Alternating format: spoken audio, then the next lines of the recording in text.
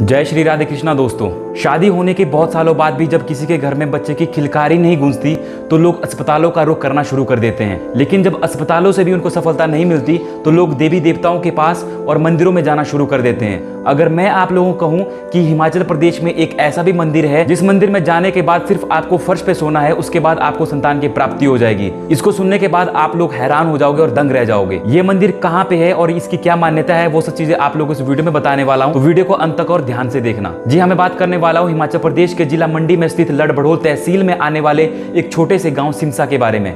सिमसा गांव में माता सिमसा माता का मंदिर है, जिस मंदिर के फर्श में मात्र सोने के बाद आपको संतान की प्राप्ति हो जाती है। और ऐसे हजारों और लाखों लोग हैं जिन्होंने इस चीज को एक्सपीरियंस किया हुआ है। मेरे साथ कुछ लोगों ने इस मंदिर की कहानी भी शेयर की है, जो मैं आप लोगों को नेक्स्ट वीडियो में कभी बताऊंगा। लेकिन इस वीडियो में मैं आप लोगों को बताऊंगा कि आप लोगों को यहाँ पे कैसे पहुंचना है और इसकी गाथा और इसकी हिस्ट्री है क्या। तो चलो वीडियो की शुरुआत करते हैं। ये कहानी बहुत समय पहले की है, जब मंडी सिर्फ एक रियासत हुआ करती थी। जब सिमसा गांव में सिमसा माता की पिंडी स्थापित की गई थी, उस समय मंडी रियासत के राजा जोगिंदर सेन हुआ करते थे। राजा जोगिंदर सेन की कोई भी संतान नहीं थी, जोगिंदर सेन हुआ करते थे। जोगिंदर सेन इस पिंडी के दर्शन करने के लिए अपनी धर्म पत्नी के साथ सिमसा गांव की तरफ रुख करते हैं। रास्ते में चलते चलते वो लड़भड़ोल नामक गांव में पहुंचते हैं, जो आज के समय में एक तहसील है। रानी को थकान होती है, थकान की वजह से वो बट वृक्ष के नीचे सो जाती हैं। जैसे वो उस बट वृक्ष के नीचे बैठती हैं तो उन्हें नींद की झपकी आती है, जिसके बाद उनको एक स्वप्न आता है। उस स्वप्न में एक कन्या आती है और उन्हें एक फल थमा देती है।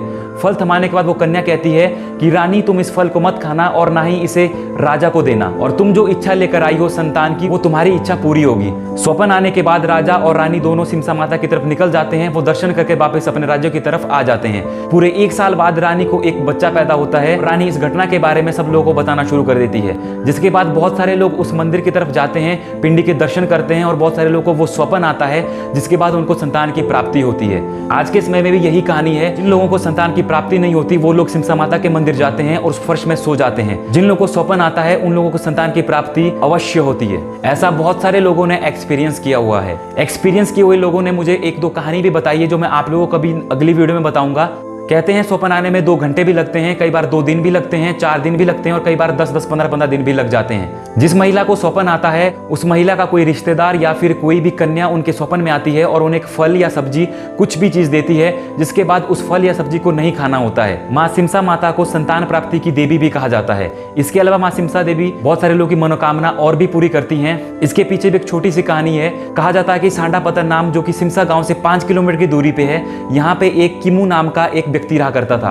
किमू बहुत ही ज्यादा गरीब था। किमू की शादी हो जाती है, जिसके बाद उसकी पत्नी उसके साथ उसके घर में नहीं रहती, क्योंकि उसके पास ना तो खाने के लिए भोजन था, ना पहनने के लिए कपड़े थे। इसलिए वो अपने ससुराल में ना रहकर अपने मायके में ही रहती है। किमू 2-3 बार उसको लाने के लिए जाता भी है, लेकिन उसके माँ बाप उसको बिल्कुल मना कर देते हैं। अगर हमने अपनी बेटी तेरे साथ भेजी तो उसको खिलाएगा क्या और पहनाएगा क्या। जिसके बाद निराश होकर किमू वापस आ रहा होता है और वो सिमसा माता के मंदिर में बैठ जाता है। वहां पर वो फूट फूट कर रोने लगता है और माता को अपनी पूरी कहानी बताता है। शाम के समय वो अपने घर की तरफ निकल रहा होता है कि तभी उसे रास्ते में एक गाय मिल जाती है। वो गाय उस पर हमला कर देती है और उसके सारे कपड़े फाड़ के खा लेती है। जिसके बाद किमू रोने लगता है और वापस अपने घर की तरफ निकल रहा होता है। जैसे जैसे वो रास्ते में पहुंचता है तो उस समय वहां पे उसे एक स्त्री आती हुई दिखती है। अब वो वस्त्रहीन था, इसलिए वो शर्मा जाता है और वो पेड़ के पीछे छिप जाता है। लेकिन वो स्त्री उसके नजदीक के पास आती है और वो कहती है कि किमू, मैं माँ शारदा हूँ। माँ शारदा उसे कहती है कि 8 दिनों बाद मंडी रियासत के राजा के सैनिक तेरे पास आएंगे और जैसा मैं कहूंगी तू वैसा ही करना।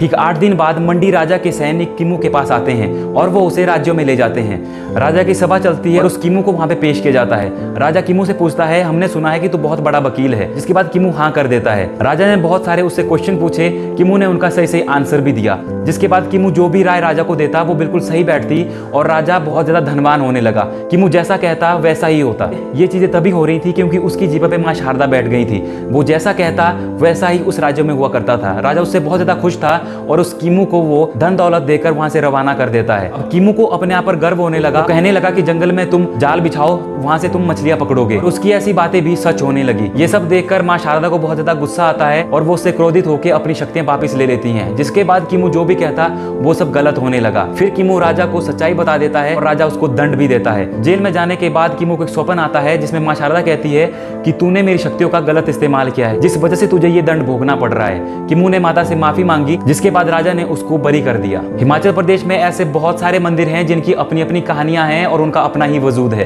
अगर आप लोग हिमाचल में बसे ऐसे ही मंदिरों के बारे में जानना चाहते हो तो मेरे चैनल को सब्सक्राइब कर लीजिए और वीडियो को शेयर करना मत भूलिएगा। अगर आप लोग भी माँ सिमसा माता के मंदिर में गए हो और आपने आशीर्वाद के रूप में संतान की प्राप्ति की है, आपने वहां पे जाके क्या एक्सपीरियंस किया है और वो कहानी आप मेरे साथ शेयर करना चाहते हो और मेरे थ्रू वो आप लोगों तक पहुंचाना चाहते हो, तो आप मुझे इंस्टाग्राम पे मैसेज कर सकते हो और मैंने डिस्क्रिप्शन में मेल भी देके रखी है, आप मुझे मेल भी कर सकते हो। आज की ये कहानी आपको कैसी लगी मुझे कमेंट सेक्शन में जरूर बताइएगा। आज की कहानी को यहीं समाप्त करते हैं, मिलते हैं नेक्स्ट वीडियो के साथ। तब तक के लिए जय श्री राम।